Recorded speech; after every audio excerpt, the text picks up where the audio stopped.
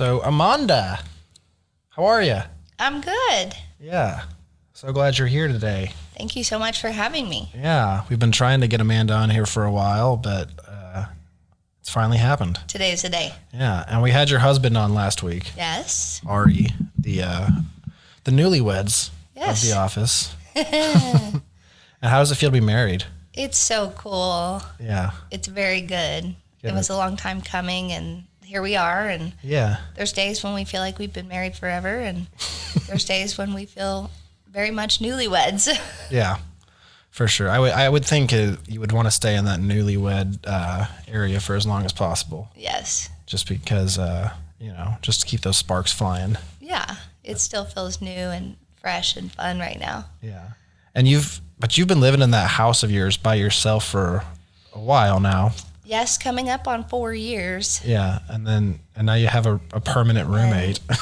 Yes, I had to clean out the closet, clean out the drawers, make the space. Yeah. But it's been all very good. We have a closet designated just to HIA t-shirts, if you can imagine. I can imagine. I've got a side of my closet that's designated just to HIA stuff. And it's funny. I remember when I first came in the program, just like most residents, I wanted every HIA shirt that I could get my hands on. And now I've gotten to the point where I've given shirts away to other residents who need them, and I still just have so many. But the next time a new set comes in, I'll be the first one to be I need an XL, please. Yes, we want those shirts. They're very much a part of who we are. Yeah. Yeah, I think I could probably wear HIA stuff for a good month or two without having to wash anything. Yeah, for sure. Just stick with that. Yes. There's ones that don't even fit anymore from when I came in because I was so small when I came in, and I still just have them just so that way I have it. They're nostalgic. Yeah. They're our favorite ones. It's but I need this large gray one because, I got to have pajamas, right? Or something. Yeah, we feel the same way. Yeah, absolutely. So how long have you been working for Hope is Alive? I am going on a little more than 5 years on staff. 5 years on staff, but when did you enter the program as a resident? Because I know you're a graduate now, obviously. Yes, I entered the program in 2014. 14. Graduated in 2016. So you've been around for a while. Yes. That's not right. What? I came in 2016. Okay, you came in 2016. Graduated the program in 2018. Okay. That sounds about right. Yes. And not that I was around yet, but just from the conversations we've had. Yes. I don't know. We might have to pull up the tracker here in a minute to see. And double check the dates. To see what's what. As time goes on, the most recent things and certain parts of my story start to stand out more. Yeah. And become those, the things that I share more often. And some of the other things from more of the distant past start to kind of fade away. Right. And that kind of happens as we get further along in our recovery, right? When you first come in, the biggest part of your story tends to be exactly what got you in the door, maybe. Yes. I know when I came in, I couldn't stop talking about the fact that I'd just been in the ICU for a week. Yes. Because that's what, ultimately landed me in my rock bottom. Yeah. While today, not to say that I won't ever talk about that anymore, but while today the biggest part of my story is more the loneliness. Exactly. That was all over the entire time. You realize more as time goes by. Yeah. Well, your brain heals. Yes. Memory gets better. Yeah. Put the pieces together and really get the story straight. Yeah. And they say it takes 18 months for the brain to really heal. I believe it. Yeah. That's been definitely my story. And, I tend to tell people that I was a slow recoverer. Yeah. And so it took me probably a little bit longer than the average person to really latch on to recovery and sequentially take the steps needed to really change my life. Yeah. But today you're hanging strong with 6 years clean, right? Yes. Yes. That's amazing. 6 years clean and sober, 5 years on staff. Wow. Yeah. That's quite a mile. That's a couple milestones right there. Yes. And so your job is you're the regional program director over women's program. Yes, particularly my region is all of the women's homes. Okay, gotcha. So there's you and Grant Green. We've had Grant on here before. So Grant oversees all of our men's homes. You're the counterpart. You oversee all the women's homes. Yes. That's it. Wow. That's a lot of stuff to oversee. It's a lot of ladies. Yeah. And is this a job, something that you felt called to do from the beginning, or did you just kind of find your way into it? A little bit of both, actually. When I look back, again, this is in looking back, but I always had a heart for people, kind of a knack for talking with people, understanding things in different ways, and very much a God-given gift of teaching. Yeah. That my parents and my family identified when I was a very little girl. There's stories about me taking my little sister, who was 3 years younger than me. I would have, we would bring all of our school books home in elementary school, and I would teach her what I was learning in school. Oh, wow. I think we laugh and say she learned long division when she was 3 years old, but because you were getting her ahead. I was getting her ahead in our playhouse in the backyard. Yeah. And so I always kind of had this innate ability to teach and impart to others knowledge. And so that was there from very early on. Of course, in my addiction years, all of that was lost. Sure, falls by the wayside. Yeah, felt useless. But I think those gifts and talents were there inside of me. Now, when I got clean and sober, I said to God, to myself, and to anyone around me, I don't want to be around any other alcoholics or addicts ever again. Okay. I walked out of treatment saying that. And why do you think that was? What I felt was they're too much like me. So it's like a reminder. Yes. Yeah. And I was chaotic. I was sad, and lost. And so I didn't want anything to do with that. Right. And so I think when I came to Hope is Alive, God restored that in me. This is not a chaotic life. You are not hopeless. You're not sad. And so as things turned, and what we do at Hope is Alive using the HIA recovery model is restore people back to their true selves. Yeah. But not going backwards. We're going forward. Right. And what are you going to do with your life now? And so as I was understanding that at the same time, an opportunity presented itself for leadership. Yeah. And, I truly felt in that moment like, me? I'm a drug addict just hanging on by a thread. You want me to step into a leadership role? But I knew enough to just say yes. Sure. And I was interested.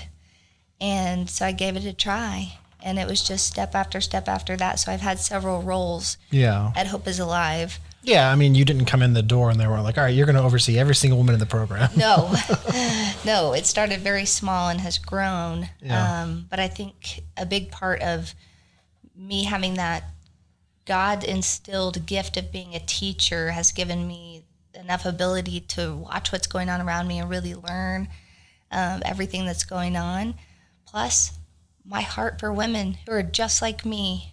I wanted to help somebody else in the same way that I was helped, because I felt like there was no hope for me. Right. Like this was never going to work. And to have that feeling and then to see your life changing is wow. Yeah. And so I thought, if I could help somebody else do that, I'm in. Absolutely. And I think that's where God's call was on my life. Because that didn't come from me. Obviously, I walked out of treatment saying, see you guys. Right. And so I think that's where I really feel like it was a calling from the Lord. Yeah, absolutely. And I like what you said about how it wasn't you, because when you walked out of treatment, you were like, I'm so done with this. I don't want to be around this anymore. I think a lot of us, when we finally surrender and let God work in our life, a lot of stuff like that can happen. I've talked about it a few times when I was laid up and I was really sick there at the end, and I prayed to God. I for once, I didn't make that false promise prayer. It wasn't like all the nights when I was laying in jail and I said, if you get me out of this, I'll never, I finally just said I was done. I don't want to do this anymore. but I don't know what that looks like. And so when I heard about sober living, Hope is Alive, I just said yes. And it was so weird. I remember my mom and my brother during my intervention, they had apparently prepared for like a really big fight when they brought it up. And they had, they had all these things in their back pockets ready to throw at me. And as soon as I said, yeah, I'll go, they were like, oh, really? Okay. We didn't see that one coming. Yes. So, I connect with that so much because when we're working to get women in the program or to stay or take the next step, a lot of times we see that. I mean, you can see it. You can just experience it off of another addict in recovery when they've really come to that place of surrender. Absolutely. And when they're not, my heart just is like, okay, what can we do to get someone there? Right, because, and we talked about this really every week on here, like nothing really matters if they don't want it. If they're not ready to take that step, then everything else, it just kind of doesn't matter. Even if it's the courts or a loved one or a spouse or whoever that's pushing them to make that jump, if they don't want to, it'll only last so long. Yes, except there are things I've seen be done to push someone to get ready. Okay. And so, to some degree, but I would pose back to you that no one is ever ready. Yeah. I wasn't ready. Right. Not really all the way. I think it was Ari, your husband, who said this, not on the show, but just in private when him and I were talking once. I think he said, sometimes you see guys come in and like they're just willing enough to not be homeless. Mm-hmm. Well, really just residents in general, not just the guys, but yeah, like they're willing to not be homeless. Yes. And that's enough. And that's enough. To get them in the door. Exactly. It's good. If you can accept that you really have nowhere else to go and really have nothing else to lose, then sometimes that is enough just to get the whole process jump started. Yes. So when I teach or talk about willingness in the confines of AA with women, I talk about how do you know you're really ready? How do you know? Because one of the steps says became willing and ready, ready, like it's a process. So how do you get ready? Yeah. And we talk about jumping off a cliff. So if you're going to get ready to jump off a really tall cliff, how do you know when you're ready? Yeah. You're right there on the edge. You're getting ready to jump off. How do you know? What do you do? Do you do 3, 2, 1, go? Do you watch somebody else jump first? What's your style? Do you run and go for it? What does that look like? Yeah. And we talk through that. But at some point, you just have to jump. Mm-hmm. You just have to jump. And so we talk about that analogy and thinking through that and where am I at? I say I'm ready. Right. I am ready. I'm sick of this life. I want this other life. But what steps are you taking? Right. Are you one step away from the edge? Are you right there on the edge? Mm-hmm. Is it time to just jump? Let's jump. Yeah. And I'll sit here with you and hold your hand, but let's jump. Yeah. We got to do this. And so that's kind of a helpful way to look at it. Even, I like that. Even, years down the line in sobriety for me, there's things that I need to do that I'm not quite ready. Right. Are you ever going to be ready? Probably not. Let's take a step, Amanda. Yeah, and with a lot of stuff, we're talking about getting sober, but like you said, down the line, it kind of goes back to there's never a good time, right, to do all this stuff, whether it's quitting nicotine or, getting on a consistent schedule, going to your AA meetings, whatever it may be. Yes. It's like, okay, well, I could quit nicotine right now, but Christmas is around the corner or my birthday's around the corner or whatever it is. It's like, all right, well, there's never going to be a good time then because that stuff happens annually. Yes.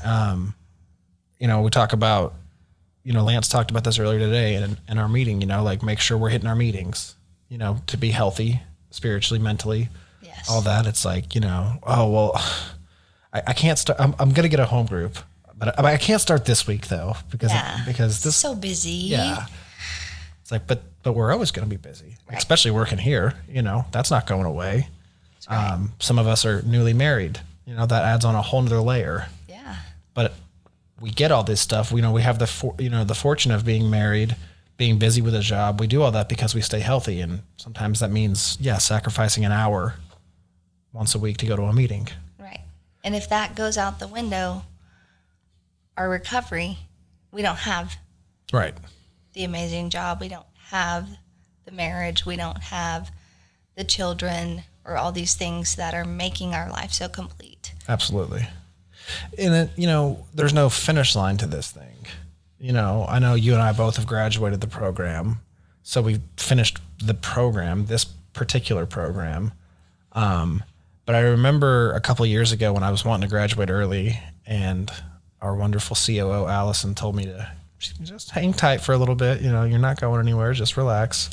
And I went and I spoke to a mentor of mine about it. And he said, this was a guy who has 20 plus years in recovery. And he said, well, I'll just go ahead and spoil the surprise for you now, man.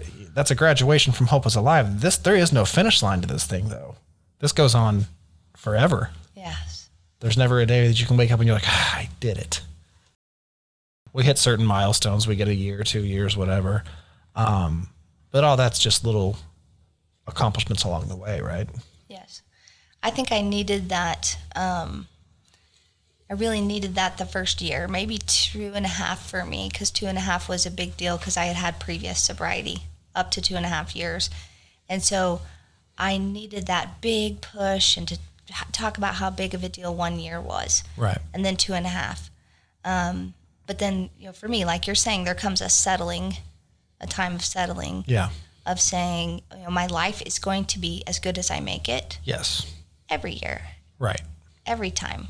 All the time. Yeah. And so there's nothing to chase anymore, which I think is, as an addict, a little bit devastating, because I liked the chase. That rush. But then also at the same time, as time goes on, it's very calming because we begin to crave stability. Yeah. And consistency and regularity in our lives. Absolutely. And so there's also a sense of calm to that, knowing that, this is how life is and it's in my hands. Yeah.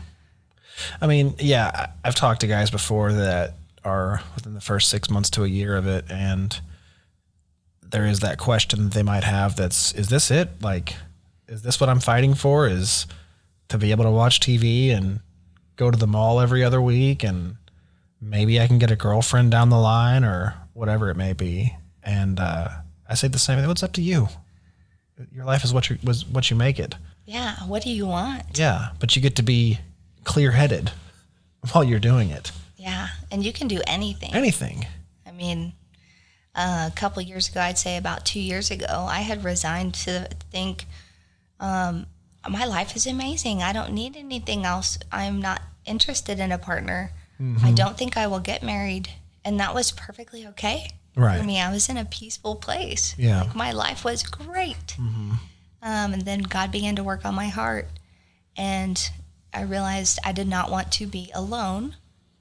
And my heart was softened, and along came Ari. I mean, it just kind of happened like that. Bing, bang, boom. Yeah. And so that was beyond my wildest dreams. Yeah. Because I'm telling you, 2 years ago, I thought my life was the chilling, best it could ever be. Yeah. Right. And so, I would say it does get better. Yeah. It's better and better and better.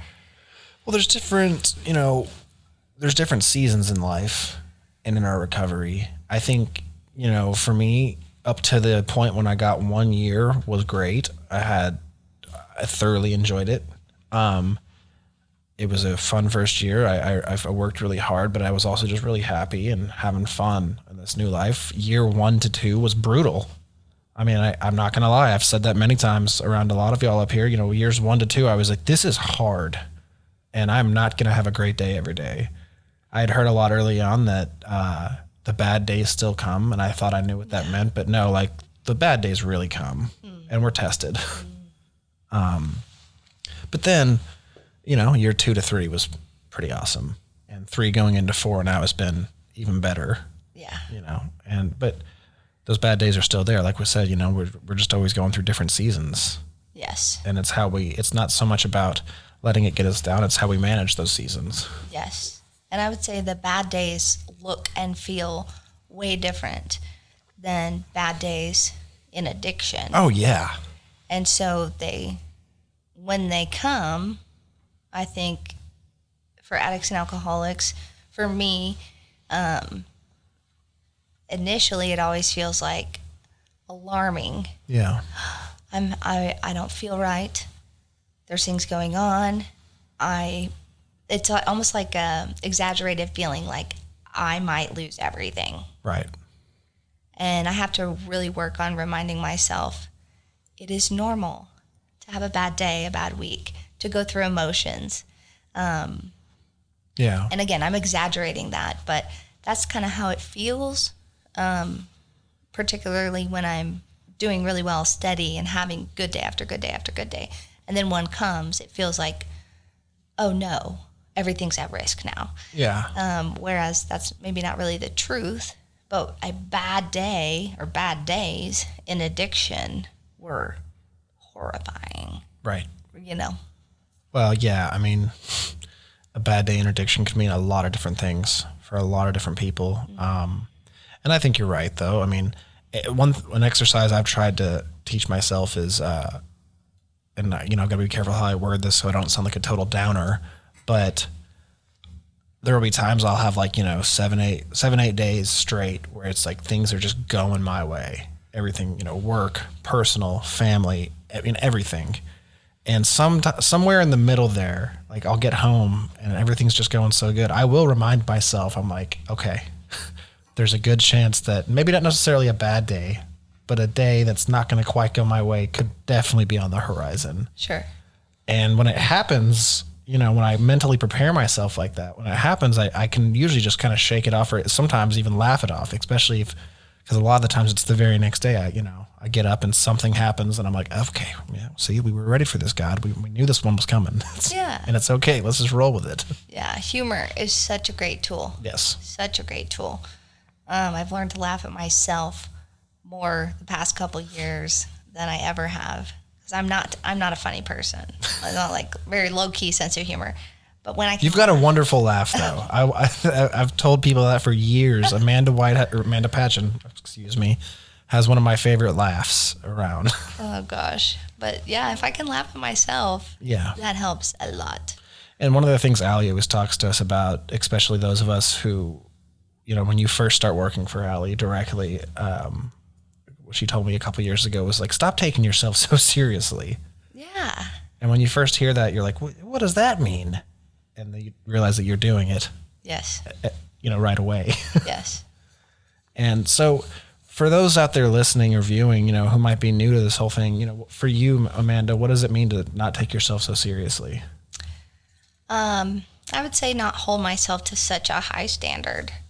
Sometimes I feel like I've got to do everything to the T, whether that's, personal life, at work, with family, with friends.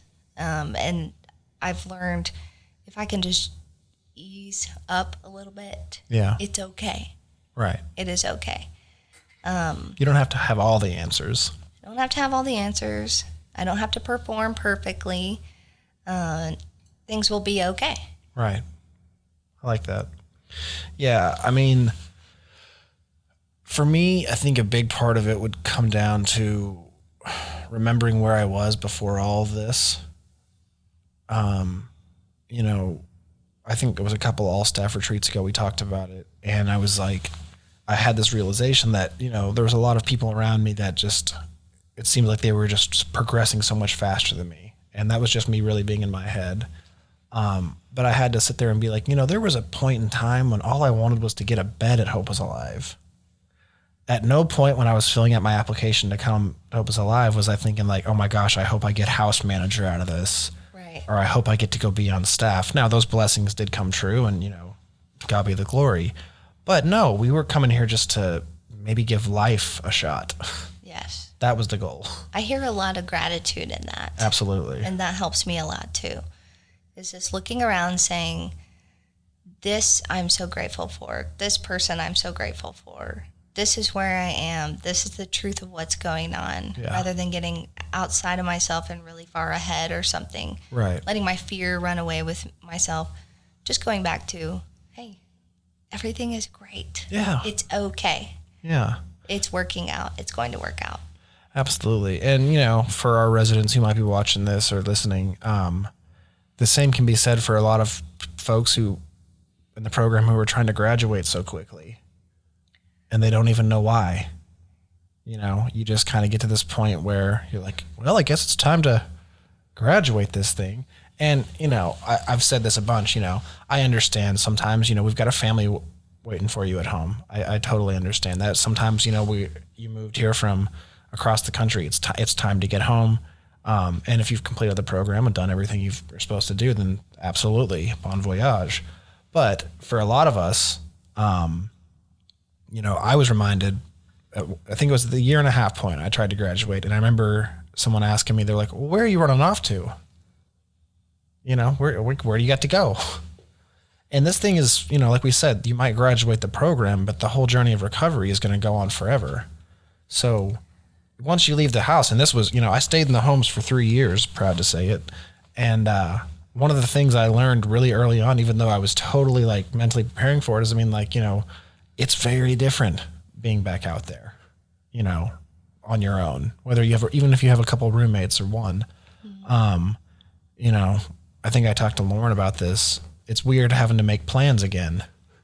You don't just get to come home and have 10 people right there. right there. Yes. And you're responsible for a lot more again. Yes. I remember when I was getting ready to graduate.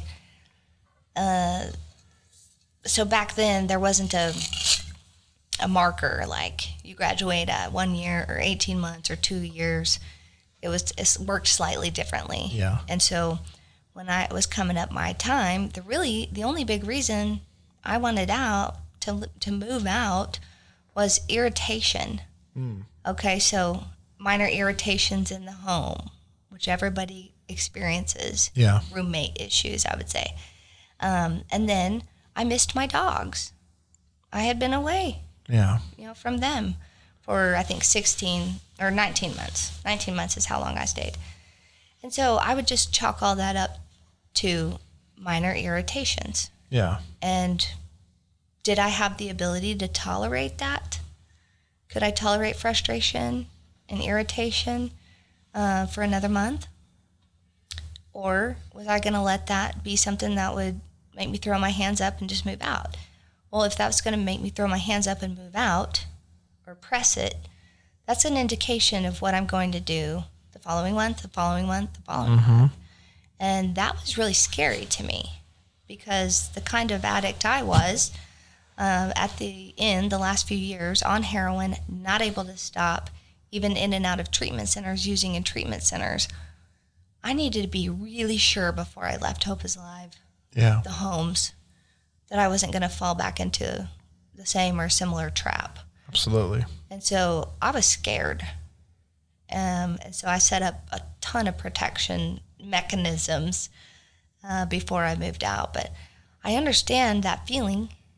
It's time. I've done it all. I gotta go. But I would really caution people to look at their ability to tolerate frustration. Yeah. Get that down. Yeah. Because when you move out, like you're saying, it's a different deal. And so what's going to come at you, can you handle it? Right. That's all that really matters once you move out. Yeah. Can you stay sober? Absolutely. Absolutely. And so as we kind of come close to wrapping up today, this has been a wonderful conversation. What would you say to the person that could, still be out there struggling, or perhaps to their parents or loved one who are listening today?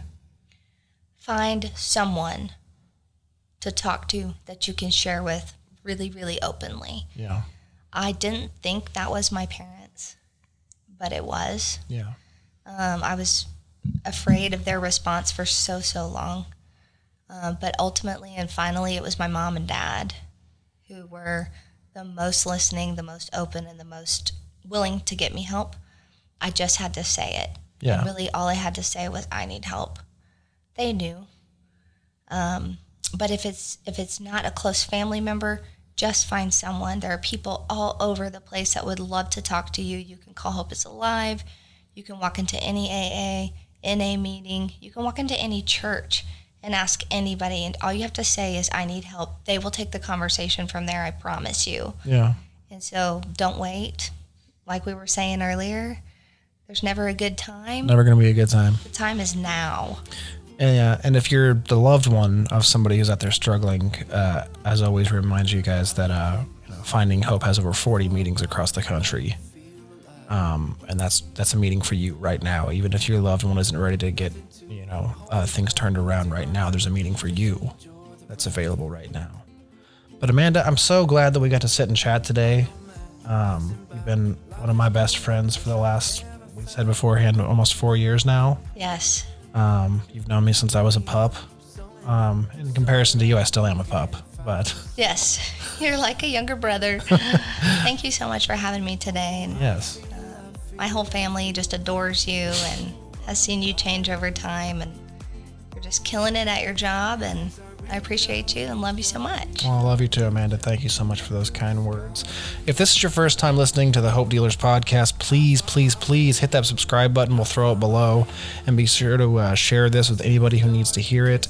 And we'll see you again next time. This is the Hope Dealers podcast. I found my way. In bad times, I know I'll be okay. 'Cause I found my way.